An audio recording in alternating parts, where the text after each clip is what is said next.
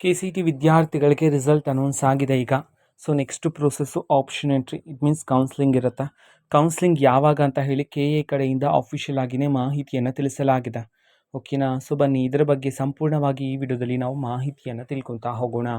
ವಿಡಿಯೋವನ್ನು ಸ್ಟಾರ್ಟ್ ಮಾಡ್ತೀನಿ. ಅದಕ್ಕಿಂತ ಮೊದಲು ನೀವೇನು ನಮ್ಮ ಚಾನೆಲ್ಗೆ ಸಬ್ಸ್ಕ್ರೈಬ್ ಮಾಡದೇ ಇದ್ರೆ ಈ ಕೂಡಲೇ ಚಾನೆಲ್ಗೆ ಸಬ್ಸ್ಕ್ರೈಬ್ ಮಾಡ್ಕೊಳ್ಳಿ ಮತ್ತು ಲೈಕ್ ಮಾಡಿ.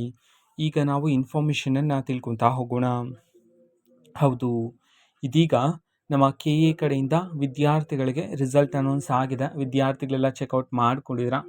ಓಕೆನಾ. ಸೊ ರ್ಯಾಂಕ್ ತುಂಬ ಬಂದಿದೆ ಅಥವಾ ರ್ಯಾಂಕ್ 1 ಲ್ಯಾಕ್ ದಾಟೋಗಿದೆ ಅಂತ ಟೆನ್ಷನ್ನೇ ಮಾಡ್ಕೋಬೇಡಿ. ಯಾವ ರೀತಿ ಆಪ್ಷನ್ ಎಂಟ್ರಿ ಮಾಡಬೇಕು, ಯಾವ ಥರ ಕಾಲೇಜಸನ್ನು ಸೆಲೆಕ್ಟ್ ಮಾಡಬೇಕು, ನೆಕ್ಸ್ಟ್ ಬರ್ತಕ್ಕಂಥ ವಿಡಿಯೋಸಲ್ಲಿ ತಿಳಿಸ್ಕೊಡ್ತೀನಿ. ಓಕೆನಾ. ಸೊ ಟೆನ್ಷನ್ನೇ ಮಾಡ್ಕೋಬೇಡಿ.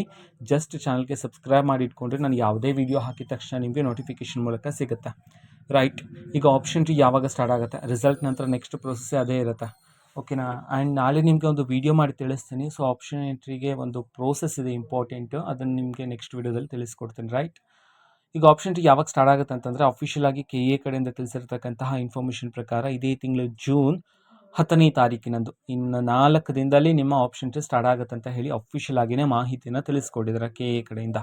ಸೊ ಹಾಗಾಗಿ ಇನ್ನು ಕೆಲವೇ ದಿನ ಇರ್ತಕ್ಕಂಥ ಕಾರಣದಿಂದಾಗಿ ವಿದ್ಯಾರ್ಥಿಗಳು ಒಂದು ಇಂಪಾರ್ಟೆಂಟ್ ಪ್ರೋಸೆಸ್ ಮಾಡಬೇಕಾಗಿರುತ್ತೆ. ಈಗಲಿಂದನೇ ಶುರು ಮಾಡ್ಕೋಬೇಕು. ಅದನ್ನು ನೆಕ್ಸ್ಟ್ ವಿಡಿಯೋದಲ್ಲಿ ತಿಳಿಸ್ಕೊಡ್ತೀನಿ. ಆಪ್ಷನ್ ಎಂಟ್ರಿ ಡೇಟ್ ಗೊತ್ತಾಯ್ತಲ್ಲ, ಜೂನ್ 10ನೇ ತಾರೀಕಿನಂದು ನಿಮ್ಮ ಕೌನ್ಸ್ಲಿಂಗ್ ಅನ್ನೋದು ಸ್ಟಾರ್ಟ್ ಆಗುತ್ತೆ. ಇದು 100% ನಿಜವಾದ ಮಾಹಿತಿಯಾಗಿರುತ್ತೆ. ಸೊ ಇದು ಇವತ್ತಿನ ಒಂದು ವಿಡಿಯೋದೇ ರೀತಿ ಇನ್ನೂ ಹಲವಾರು ಯೋಜನೆಗೆ ಸಂಬಂಧಪಟ್ಟಂಥ ಇನ್ಫಾರ್ಮೇಷನನ್ನು ಆದಷ್ಟು ಬೇಗ ತಿಳಿಸ್ಕೊಡ್ತೀವಿ. ಅದಕ್ಕೋಸ್ಕರ ಚಾನಲ್ಗೆ ಸಬ್ಸ್ಕ್ರೈಬ್ ಮಾಡ್ಕೊಳ್ಳಿ. ಜೊತೆಗೆ ಮಾಹಿತಿ ಇಷ್ಟ ಆಗಿದ್ರೆ ನಿಮ್ಮ ಫ್ರೆಂಡ್ಸ್ ಆ್ಯಂಡ್ ಫ್ಯಾಮಿಲಿ ಮೆಂಬರ್ಸ್ಗೂ ಸಹ ವಿಡಿಯೋವನ್ನು ಶೇರ್ ಮಾಡಿ. ಜೊತೆಗೆ ಚಾನಲ್ಗೆ ಸಬ್ಸ್ಕ್ರೈಬ್ ಮಾಡಿಕೊಂಡು ಸಪೋರ್ಟ್ ಮಾಡಿ. Thank you. ಬಾಯ್.